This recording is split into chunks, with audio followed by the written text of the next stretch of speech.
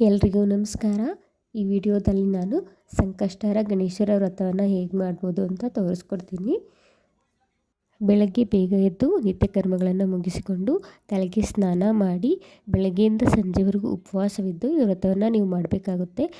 ಮೊದಲಿಗೆ ಒಂದು ತಟ್ಟೆಗೆ ಅಕ್ಕಿಯನ್ನು ಹಾಕ್ಕೊಂಡು ಅಷ್ಟದಳ ಪದ್ಮವನ್ನು ಬರೆದು ಅದರ ಮೇಲೆ ಒಂದು ತಂಬಿಗೆ ತುಂಬ ನೀರನ್ನು ತುಂಬಿಸಿ ಮತ್ತು ಅದರ ಮೇಲೆ ಇನ್ನೊಂದು ತಟ್ಟೆಯಲ್ಲಿ ಅಕ್ಕಿಯನ್ನು ಹಾಕ್ಕೊಂಡು ಮತ್ತು ಅದರ ಮೇಲೆ ಅಷ್ಟದಳ ಪದ್ಮವನ್ನು ಬರೆದು ಗಣೇಶನನ್ನು ಪ್ರತಿಷ್ಠಾಪಿಸಬೇಕು. ಮೊದಲಿಗೆ ಅಕ್ಷತೆ ಹಾಗೂ ಹೂವುಗಳನ್ನು ತಗೊಂಡು ಬಲತೊಡೆಯ ಮೇಲೆ ಬಲಗೈ ಮೇಲೆ ಬರುವ ಥರ ಇಟ್ಕೊಂಡು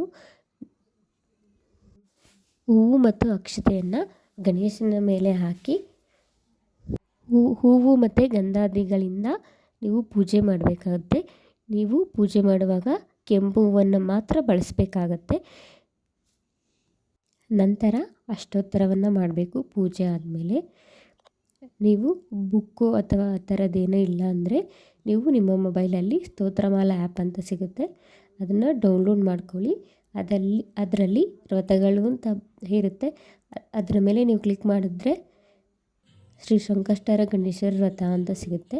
ಅದರಲ್ಲಿ ನೀವು ಓಪನ್ ಮಾಡಿಕೊಂಡ್ರೆ ನಿಮಗೆ ಅಷ್ಟೋತ್ತರ ಸಿಗುತ್ತೆ, ಅಷ್ಟೋತ್ತರ ಶತನಾಮಾವಳಿ ಸಿಗುತ್ತೆ. ಅಷ್ಟೋತ್ತರವನ್ನು ಮಾಡ್ಬೋದು.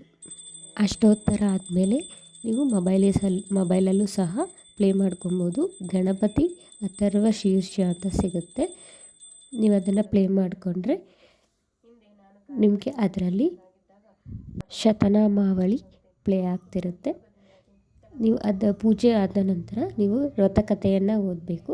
ನಿಮಗೆ ಅದು ಸ್ತೋತ್ರಮಾಲಾ ಆ್ಯಪಲ್ಲಿ ಸಿಗುತ್ತೆ, ನೋಡಿಕೊಂಡು ವ್ರತಕಥೆಯನ್ನು ಓದಬೇಕು. ನಂತರ ನೀವು ದೇವರಿಗೆ ಎಡೆ ಸಹ ಮಾಡಬೇಕು. ನೀವು ಪಂಚಕಜ್ಜಾಯ, ಮೋದಕ ಅಥವಾ ಕೋಸಂಬರಿ ಈ ಥರ ನೀವು ಯಾವುದಾದ್ರೂ ಸಹ ಎಡೆ ಮಾಡ್ಬೋದು. ಪೂಜೆ ಎಲ್ಲ ಆದಮೇಲೆ ನೀವು ಚಂದ್ರನ ಸಹ ಪೂಜೆ ಮಾಡೋದು ಮರಿಬಾರ್ದು. ಸ್ವಲ್ಪ ಮೋಡ ಇದ್ದಿದ್ದರಿಂದ ಚಂದ್ರ ಸ್ವಲ್ಪ ಕಾಣಿಸ್ತಾ ಇದ್ದ, ಸೊ ನಾವು ಅದನ್ನು ಪೂಜೆ ಮಾಡಿ ಅದಾದಮೇಲೆ ಪ್ರಸಾದನ ಸೇವಿಸ್ಬೋದು. ಬೆಳಗ್ಗೆ ಎದ್ದು ಅರ್ಘ್ಯ ಪ್ರದಾನ ಮಾಡಿ ಆಮೇಲೆ ನೀವು ಊಟವನ್ನು ಸೇವಿಸ್ಬೋದು.